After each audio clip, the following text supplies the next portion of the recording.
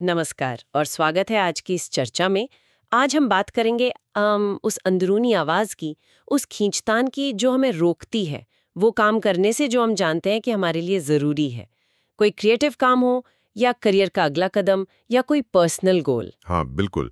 ये एहसास तो शायद सभी को होता है और इसी को समझने के लिए आज हम स्टीवन प्रेसफील्ड की किताब है द वॉर ऑफ आर्ट, उसके कुछ खास आइडियाज को थोड़ा गहराई से देखेंगे। अच्छा। ये किताब फोकस करती है एक अंदरूनी रुकावट पर। लेखक उसे एक नाम देते हैं रेजिस्टेंस। रेजिस्टेंस। तो आज का अपना मिशन यही है, समझना कि ये रेजिस्टेंस आखिर है क्या, कैसे काम करता है और सबसे ज़रूरी प्रेसफील्ड के हिसाब से इससे निपटा कैसे जाए। हम खास तौर पर देखेंगे वो एमेच्योर और प्रोफेशनल वाली सोच और वो प्रो बनना क्या होता है। जरूर, तो शुरू करते हैं। पहला कदम तो है इसे पहचानना। तो ये जो रेजिस्टेंस है, क्या ये बस काम टालने का मतलब प्रोक्रेस्टिनेशन का ही एक फैंसी नाम है या कुछ और भी है इसमें? क्योंकि वो फीलिंग तो सब जानते हैं, कोई ज़रूरी काम है और मन कहता है छोड़ो बाद में करते हैं या कल से पक्का। देखिए, तालम टोल तो इसका एक रूप है, निश्चित रूप से। लेकिन प्रेसफील्ड का तर्क है कि रेजिस्टेंस उससे कहीं कहीं ज्यादा बड़ी चीज है और चालाक भी। ये वो नेगेटिव अंदरूनी ताकत है जो हमें आगे बढ़ने से रोकती है। अंदरूनी ताकत, बाहरी नहीं। नहीं, बिल्कुल नहीं, ये हमारे अंदर ही है, खासकर उन कामों में जो हमारी ग्रोथ के लिए, हमारी आत्मा के लिए जरूरी हैं। प्रेसफील्ड लिखते हैं, जैसे जब भी आप कुछ बड़ा सोचते हैं, कोई वीडियो बनाना, बिजनेस शुरू करना, कोई सपना पूरा करना, हाँ। तभी अंदर से एक आवाज आती है, अभी नहीं, कल कर लेंगे, थोड़ा और सीख लो पहले। यही आवाज, वो कहते हैं, आपका असली दुश्मन है, रेजिस्टेंस। बाप रे, तो ये सिर्फ आलस या विल पावर की कमी नहीं है? नहीं, उससे ज्यादा गहरी बात है ये। आलस तो बस एक लक्षण हो सकता है। प्रेसफील्ड बताते हैं कि रेजिस्टेंस कई कई मुखौटे पहन कर आता है। ये डर बन सकता है, फेल होने का डर, हाँ, पर कई बार कामयाब होने का डर भी। अच्छा, कामयाबी का डर? हाँ, कि कामयाब हो गए तो क्या होगा, जिम्मेदारियां बढ़ जाएंगी, लोग क्या उम्मीद करेंगे, आलोचना का डर, लोग क्या कहेंगे। ये परफेक्शनिज्म भी बन जाता है, जब तक सब परफेक्ट ना हो मैं शुरू नहीं कर सकता। हाँ, ये वाला तो बहुत कॉमन है। बिल्कुल। या फिर ये हमें भटका देता है, अचानक से घर की सफाई बहुत जरूरी लगने लगती है, या सोशल मीडिया पर रिसर्च करना। ये सब रेजिस्टेंस के ही तरीके हैं। मतलब ये दुश्मन बड़ा शातिर है, अलग अलग भेस बदलता है ताकि हम पहचान ना पाएं। एकदम। और यहाँ एक बहुत बहुत ही महत्वपूर्ण बात आती है, थोड़ी उल्टी सी लगेगी शायद, लेखक इस पर बहुत जोर देते हैं। वो कहते हैं, रेजिस्टेंस हमेशा तब सबसे ज्यादा महसूस होती है जब आप किसी बड़ी चीज की शुरुआत करने वाले होते हैं। क्या मतलब? मतलब जिस काम को करने में सबसे ज्यादा हिचक हो रही है, हाँ। जिसे आप सबसे ज्यादा टाल रहे हैं, हाँ। वही काम शायद आपके लिए सबसे ज्यादा मायने रखता है। अरे, ये तो सोचने वाली बात है। तो ये जो डर या टाल मटोल वाली फीलिंग है, जिसे हम नेगेटिव मानते हैं, हाँ, वो असल में एक सिग्नल हो सकता है। प्रेसफील्ड तो यही कहते हैं। कमाल की बात है ना। हाँ। ये लगभग एक कंपास की तरह है। किताब का एक बड़ा पॉइंट है, मतलब अगर आपके अंदर डर है, अगर आपको टालने की आदत है, तो समझिए आप सही रास्ते पर हैं। सही रास्ते पर। रेजिस्टेंस उसी तरफ इशारा कर रहा है जहां आपका असली काम है, जहां आपकी ग्रोथ छिपी है। ये एहसास बताता है कि आप अपने कंफर्ट जोन से बाहर निकल रहे हैं, कुछ नया कर रहे हैं। तो इसे दुश्मन समझने के बजाय एक गाइड की तरह देख सकते हैं। अजीब सा गाइड पर है। वाह, ये तो पूरी सोच ही बदल देता है। डर को देखकर भागने के बजाय उसकी तरफ जाना। तो ठीक है, मान लिया रेजिस्टेंस है और शायद जरूरी भी है, लेकिन ये इतना पावरफुल है तो फिर करें क्या, इससे निपटे कैसे? यहीं पर वो एमेच्योर और प्रोफेशनल वाली बात आती है। बिल्कुल। हाँ हाँ, बिल्कुल। ये प्रेसफील्ड के एनालिसिस का आप कह सकते हैं कोर है। वो कहते हैं कि जब बात आती है क्रिएटिव काम की या कोई भी जरूरी काम करने की, तो लोग दो तरह की मानसिकता रखते हैं, एमेच्योर की या प्रोफेशनल की। Amateur, professional. तो ये मतलब है कि कोई नया है, सीख रहा है तो एमेच्योर, और जो एक्सपर्ट है, पुराना है, वो प्रोफेशनल। स्किल लेवल की बात है। नहीं नहीं, बिल्कुल नहीं। ये कोई जॉब टाइटल या पैसे या कितने साल का तजुर्बा है, इसके बारे में है ही नहीं। ये पूरी तरह से नजरिए की बात है, एटीट्यूड, कमिटमेंट। प्रेसफील्ड इसे ऐसे कहते हैं, एमेच्योर सोचते हैं जब मूड बनेगा तब करेंगे। हाँ, ये तो होता है। प्रोफेशनल सोचते हैं मूड बने या ना बने, काम करना ही है। हाँ। एमेच्योर इंतजार करता है प्रेरणा का, सही मूड का, सही हालात का। प्रोफेशनल समझता है कि भाई काम तो रोज करना है, प्रेरणा हो ना हो फर्क नहीं पड़ता। अच्छा, तो ये माइंडसेट का खेल है पूरा। कोई उदाहरण दे सकते हैं इससे थोड़ा और साफ हो जाए? हाँ जरूर। सोचे कोई यूट्यूबर बनना चाहता है। हाँ। अब जो एमेच्योर सोच वाला है वो शायद कभी कभी वीडियो बनाएगा जब कोई बढ़िया आइडिया आ गया, जब फील आ रहा है, जब टाइम मिला। हाँ। और शायद जल्दी हिम्मत हार जाएगा अगर व्यूज नहीं आए या सब्सक्राइबर नहीं बढ़े। हाँ बिल्कुल, देखा ऐसा। दूसरी तरफ प्रोफेशनल यूट्यूबर, वो इसे अपने काम की तरह लेता है। हाँ। लेखक कहते हैं प्रोफेशनल हर दिन काम पर बैठता है, शो अप करता है। इसका मतलब सिर्फ ये नहीं कि रोज वीडियो शूट कर रहा है। अच्छा। इसका मतलब है रोज स्क्रिप्ट पर काम करना या एडिटिंग करना, नए आइडिया सोचना, चैनल मैनेज करना, कमेंट्स देखना, जो भी उस काम का हिस्सा है वो ये सब करता है। चाहे मूड हो या ना हो, चाहे पिछले वीडियो चले हों या नहीं, वो जानता है कि लगातार लगे रहना ही तरीका है आगे बढ़ने का।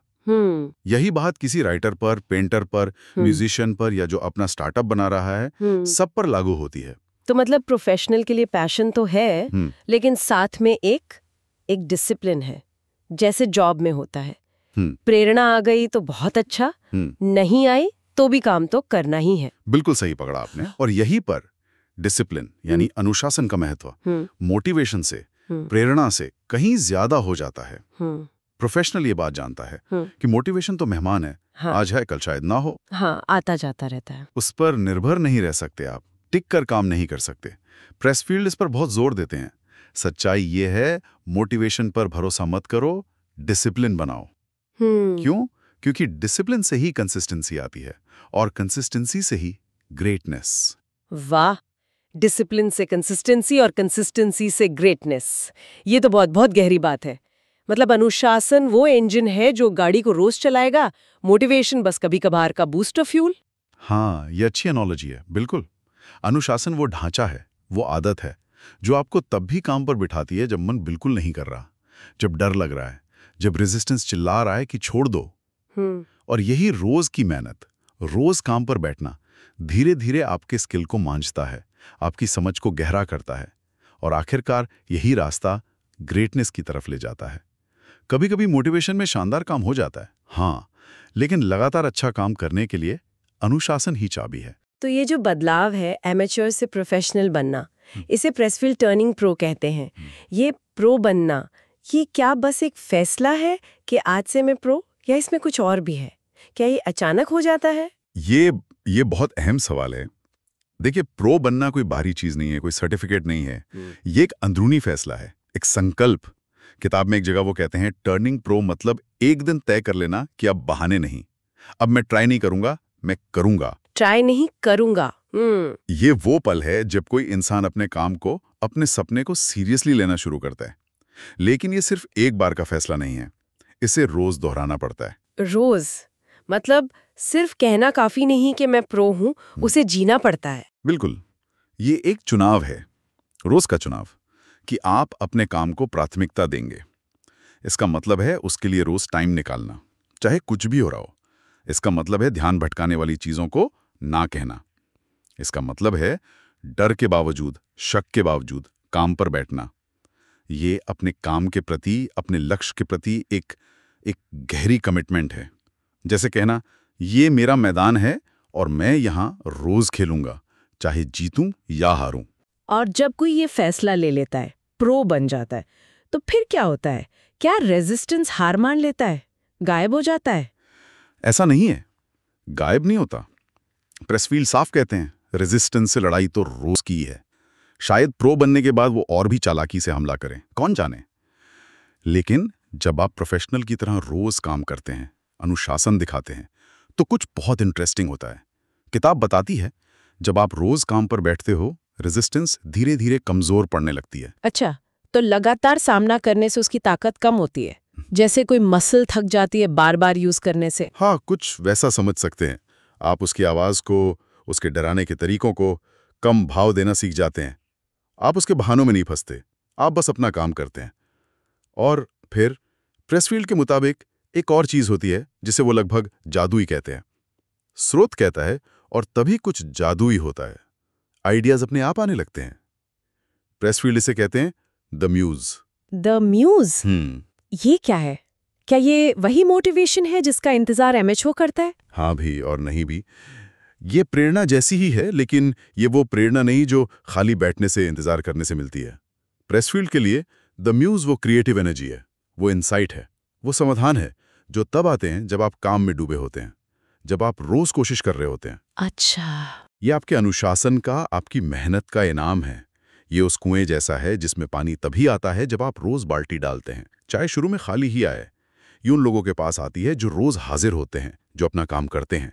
ये दिखाती है कि जब आप कर्म करते हैं तो यूनिवर्स भी, या कह लें क्रिएटिव ताकतें भी आपका साथ देती हैं। कमाल है। तो प्रो बनना और रोज काम करना ये सिर्फ रेजिस्टेंस को कमजोर नहीं करता, ये क्रिएटिविटी के नए दरवाजे भी खोलता है। द म्यूज मेहनत का फल है, न कि उसकी शर्त। बिल्कुल। म्यूज मेहनती लोगों की इज्जत करती है। वो प्रेरणा का इंतजार नहीं करते, वो काम शुरू करते हैं और फिर प्रेरणा या म्यूज उनका साथ देने आ जाती है। तो अगर हम पूरी बात को समेटें, इस किताब का या इन विचारों का निचोड़ क्या है? ये हमें असल में क्या करने को कह रही है? जैसा किताब में कहा गया है, ये असल में एक लड़ाई की ट्रेनिंग है। ये हर उस इंसान के लिए एक प्रैक्टिकल गाइड है जो कुछ भी मीनिंगफुल बनाना चाहता है। आर्ट, बिजनेस, कोई स्किल, यहां तक कि बेहतर रिश्ते। ये हमें सिखाती है कि हर दिन जब हम अपने जरूरी काम पर बैठते हैं तो हम असल में रेजिस्टेंस से एक जंग लड़ रहे होते हैं। तो ये कोई एक बार की जीत नहीं है, ये एक लगातार चलने वाला संघर्ष है। हाँ, और इस सच को मानना बहुत जरूरी है। जीत इसमें नहीं है कि रेजिस्टेंस खत्म हो जाए, शायद वो कभी नहीं होगा। जीत इसमें है कि आप रोज उसके शोर के बावजूद, उसके डर के बावजूद अपना काम करें। इसीलिए किताब का अंत एक बहुत सीधी और पावरफुल सलाह से होता है।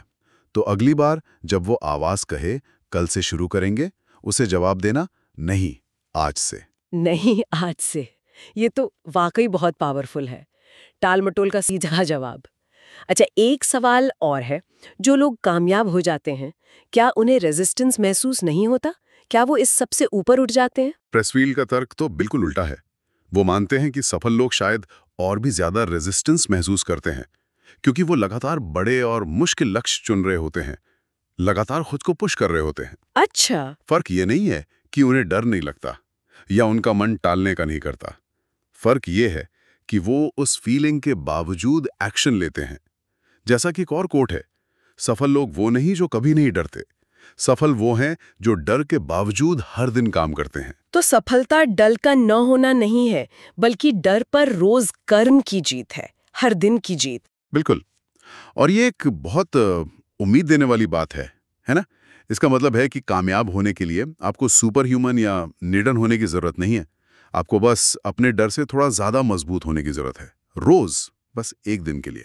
और ये लड़ाई सिर्फ कुछ आर्टिस्ट या एंटरप्रेन्योर्स की नहीं है, ये हर किसी के लिए है जो कुछ सीखना चाहता है, कुछ बनाना चाहता है, अपनी जिंदगी में कोई भी पॉजिटिव बदलाव लाना चाहता है। रेजिस्टेंस हम सबका साथी है, चाहे हम उसे पहचाने या ना पहचाने। तो अगर हम आज की चर्चा के मुख्य पॉइंट्स को जल्दी से दोहराएं। पहला, अपने अंदर के दुश्मन रेजिस्टेंस को पहचानना, जो डर, टालमटोल, परफेक्शनिज्म जैसे कई रूपों में आता है। दूसरा, एमेच्योर सोच को छोड़कर प्रोफेशनल सोच अपनाना, जो मूड पर नहीं, अनुशासन पर चलती है। सही। तीसरा, यही अनुशासन और रोज का काम रेजिस्टेंस को कमजोर करता है और क्रिएटिविटी यानी द म्यूज को बुलाता है। और चौथा, प्रो बनना एक अंदरूनी फैसला है, रोज की कमिटमेंट है, जो हमें इस रोज की लड़ाई में टिकाए रखती है। एकदम सही सारांश। ये स्टीवन प्रेसफील्ड की द वॉर ऑफ आर्ट की कुछ बहुत ही पावरफुल आइडियाज हैं जो हमें इन हिस्सों से मिलते हैं, और ये किसी भी फील्ड में काम आ सकते हैं। वाकई ये बहुत सोचने पे मजबूर करता है कि हम अपनी चुनौतियों को कैसे देखते हैं, कैसे सामना करते हैं। और इसी सोच को थोड़ा और आगे ले जाने के लिए एक आखिरी सवाल शायद श्रोताओं के लिए छोड़ सकते हैं।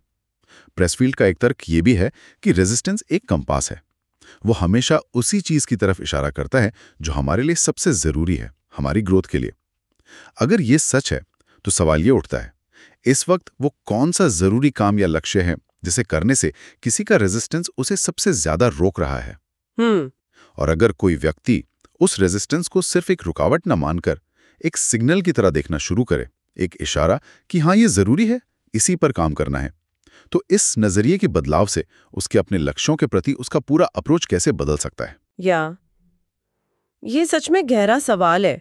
अपने सबसे बड़े डर या हिचक में ही अपने सबसे जरूरी काम का सिग्नल देखना, ये तो पूरी लड़ाई का मतलब ही बदल सकता है। शायद यही इसका सबसे बड़ा सबक है। और इसी विचार के साथ हम आज की ये बातचीत यहीं खत्म करते हैं। सुनने के लिए बहुत बहुत धन्यवाद।